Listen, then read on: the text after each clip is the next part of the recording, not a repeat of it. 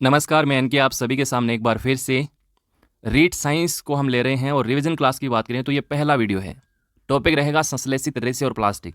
ज़्यादा नहीं, 24 पॉइंट मैंने नोट किए हैं और गारंटी देता हूँ इस बात की कि कोई भी एग्जाम में प्रश्न आ जाए, इस क्लास से आपको वो प्रश्न मिल जाएगा। बाकी आपके जच्चे जैसे वैसे करें। सबसे पहला पॉइंट आप ध्यान में रखिएगा कि प्राकृतिक रेसे निम्न में से कौन से हैं। ऐसा क्वेश्चन आएगा, सिंपल सा क्वेश्चन, एग्जाम में आ भी चुका है। ऑप्शन में रहेगा कपास, ऊन और सिल्क। ये सिल्क इसलिए लिखा है क्योंकि एनसीईआरटी आरबीएससी की जो बुक्स हैं उनमें दे रखा है, तो वहीं से प्रश्न बनेगा। तो चारों ऑप्शन बिल्कुल सही रहेंगे, उपयुक्त सभी वाला आंसर करना है। कपास भी प्राकृतिक रेशा है, ऊन भी प्राकृतिक रेशा है और सिल्क प्राकृतिक रेशे नाम से ही पता लग रहा है जो प्रकृति से हमें मिलते हैं। दूसरा पॉइंट, निम्न में से संश्लेषित रेशे कौन से हैं, सीधा प्रश्न आएगा। याद रखिएगा, रेयोन, नायलॉन, पॉलिएस्टर। और पॉलिएस्टर का डेक्रोन नाम भी मिल सकता है आपको, टेरिलिन नाम भी मिल सकता है। तीनों पॉलिएस्टर के नाम है, याद रखिएगा। इसके बाद अगला प्रश्न, कृत्रिम रेशम के नाम से किसे जाना जाता है। बहुत बहुत महत्वपूर्ण प्रश्न, सबसे इंपॉर्टेंट क्वेश्चन, याद रखिएगा रेयोन। आंसर बनेगा रेयोन। अगला रेयोन के बारे में एक और प्रश्न बनता है कि रेयोन क्या है, तो याद रखिएगा पुनः निर्मित सेलुलोज है। पुनः निर्मित सेलुलोज है। कैसे बनता है ये भी याद रखिएगा। एक गाढ़ा पदार्थ होता है NaOH और CH2, जिसको हम विस्कोस के नाम से जानते हैं, और उसमें हम क्या मिलाते हैं, तनु H2SO4 मिलाकर इसे प्राप्त करते हैं। तो याद रखिएगा, कृत्रिम रेशम के नाम से किसे जाना जाता है, आपका रेयोन के। नेक्स्ट, यदि इस रेयन के अंदर हम कपास मिला के इसको यूज करें तो इसका उपयोग हम करते हैं अपने जो चद्दरें आती हैं, गलीचे होते हैं, और एक एनसीईआरटी का एक पॉइंट है कालीन, ये भी आपको एग्जाम में मिल सकता है, इनमें इसका यूज किया जाता है, याद रखिएगा। नेक्स्ट क्वेश्चन नंबर 6, प्रथम पूर्णतया कृत्रिम संश्लेषित रेशा। बहुत बहुत महत्वपूर्ण, प्रथम पूर्णतया कृत्रिम संश्लेषित रेशा कौन सा है, तो नायलॉन 66, याद रखिएगा। एग्जाम में ये प्रश्न भी आ चुका है कि नायलॉन 66 की खोज किसने की थी, याद रखिएगा, वोलेस कैरोथर्स। दोबारा ये प्रश्न पूछा जा सकता है, L1 में पूछा गया था। इसके बाद थोड़ा सा अगर हम डेथ में जाएं, प्रश्न यदि घुमा के पूछे तो वो यही पूछेगा कि नायलॉन 66 किससे मिलकर बना है। इसकी जो एकलक इकाइयां वो आपको ध्यान में रखनी है, तो याद रखिएगा एडीपी कमल और हेक्सा मेथिलीन डाइएमिन। दोबारा सुन लीजिएगा, एडीपी कमल, हेक्सा मेथिलीन डाइएमिन। पहले से आपने तैयारी की है तो कोई दिक्कत नहीं आएगी रिवीजन करने के लिए। बाकी पहली बार पढ़ रहे हैं तो थोड़ा सा तो लगेगा कि यार क्या पढ़ रहे हैं, है ना। बाकी चीज़ें बहुत महत्वपूर्ण है, टू द पॉइंट चीज़ें। इसके बाद नायलॉन 66 का यूज आपको बहुत इंपॉर्टेंट है, बहुत इंपॉर्टेंट है। और इसमें भी देखें तो याद रखिएगा पैरासूट, ये एनसीईआरटी का पॉइंट है, याद रखिएगा। बस में, स्लीपिंग बैग में सीट बेल्ट दे रखा है आप किताब के अंदर। और सबसे इंपॉर्टेंट 8वीं क्लास की किताब में दे रखा है, मशीनों की गियरिंग और बियरिंग बनाने में किसका यूज किया जाता है, नायलॉन 66 का। मुझे ऐसा लग रहा है कि इस बार यही प्रश्न पूछा जाएगा कि मशीनों की गियरिंग और बियरिंग में किसका यूज किया जाता है, तो आपका आंसर होना चाहिए नायलॉन 66। अगला है टेरिलीन या डेक्रोन, या इसे हम कह सकते हैं पॉलिएस्टर। तो ये किससे मिलकर बना है, इसकी एकलक इकाइयां भी बहुत महत्वपूर्ण है। तो याद रखिएगा, टेस से टेरिलीन याद रखना है, और टेसिटर थैलीकमल, टेसिटेरिलिन, टेसिटर थैलीकमल, और इसके साथ हम क्या मिलाएंगे, एथिलीन ग्लाइकोल। ये आपका डेक्रोन हो गया।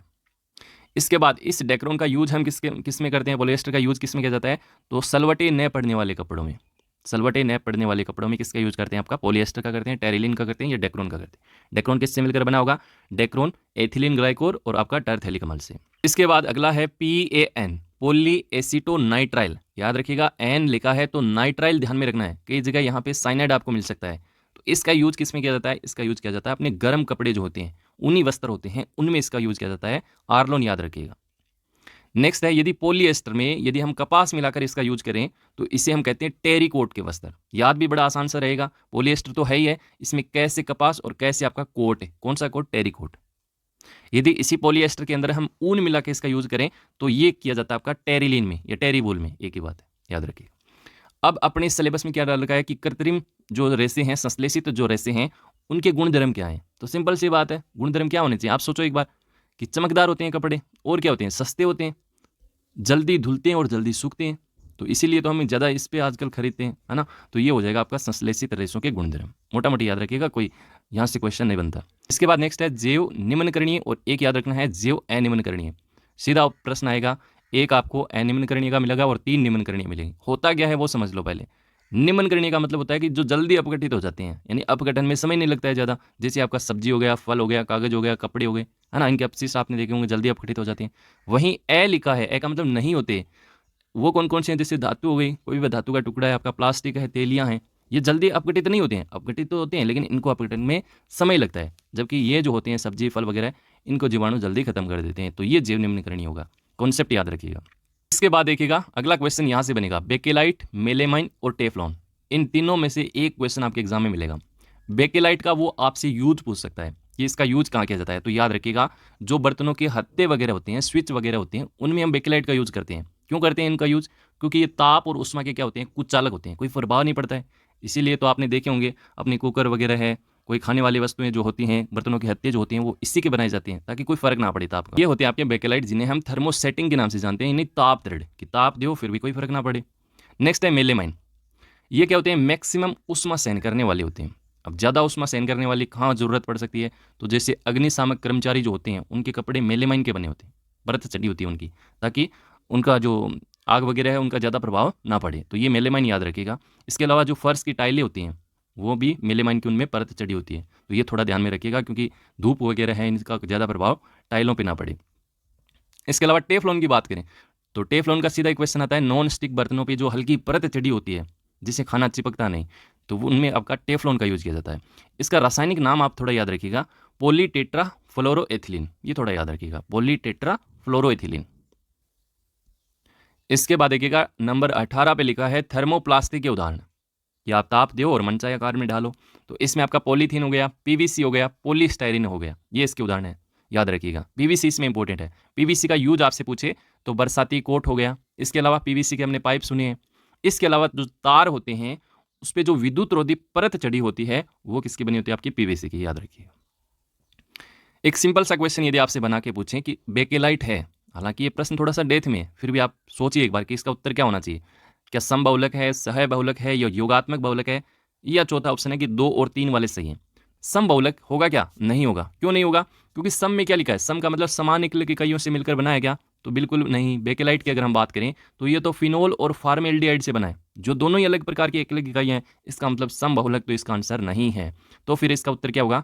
सहबहुलक बिल्कुल सही है, योगात्मक बहुलक बिल्कुल सही है, संगणक बहुलक भी हम किससे कह सकते हैं। तो इसका उत्तर क्या रहेगा आपका? ऑप्शन नंबर 4 रहेगा, याद रखिएगा। बेकेलाइट, फीफा याद रख सकते हैं, फी से फिनोल, फा से आपका फार्मेल्डिहाइड। इसके बाद देखिएगा 3 डिब्बे हैं और बहुत इंपॉर्टेंट है।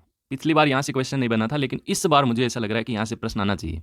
प्रश्न सीधा आएगा कि हरा डिब्बा निम्न में से किसके लिए यूज किया जाता है। तो याद रखिएगा, है से हरा डिब्बा याद रखना है और है से हरी सब्जियों को याद रखना है। उनके जो छिलके वगैरह हैं, उनके अपशिष्ट हैं, पत्ते वगैरह हैं, या मैं सीधा ऐसे कह दूं कि जैविक अपशिष्ट, जीव जंतु के जो अपशिष्ट हैं, उनके लिए आप यूज करेंगे हरे डिब्बे का। इसके बाद नीला डिब्बा यदि आपसे पूछे तो याद रखिएगा वो हो जाएगा आपका अजैविक अपशिष्ट। अजैविक अपशिष्ट जैसे प्लास्टिक हो गया, कांच हो गया, चीनी बर्तन हो गया। ये चीनी बर्तन थोड़ा याद रखिएगा, किताब में डाल रखा है, तो इसके लिए हम यूज करेंगे आपका नीला डिब्बा। और इसके बाद है आपका लास्ट काला डिब्बा।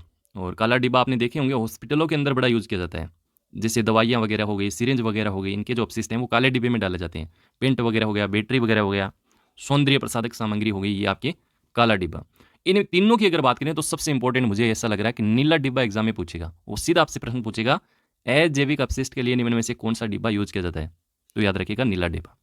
इसके बाद 4R आप सब लोग जानते हैं, रिड्यूज होगा, रीयूज होगा, रिसाइकल होगा, रिकवर होगा। सीधा सिंपल क्वेश्चन यदि आपसे बना लिया जाए तो थोड़ा याद रखिए। ये आज की पहली क्लास थी, रिवीजन क्लास थी। उम्मीद कर रहा हूँ अच्छे से सारी चीज़ें समझ आ गई होंगी।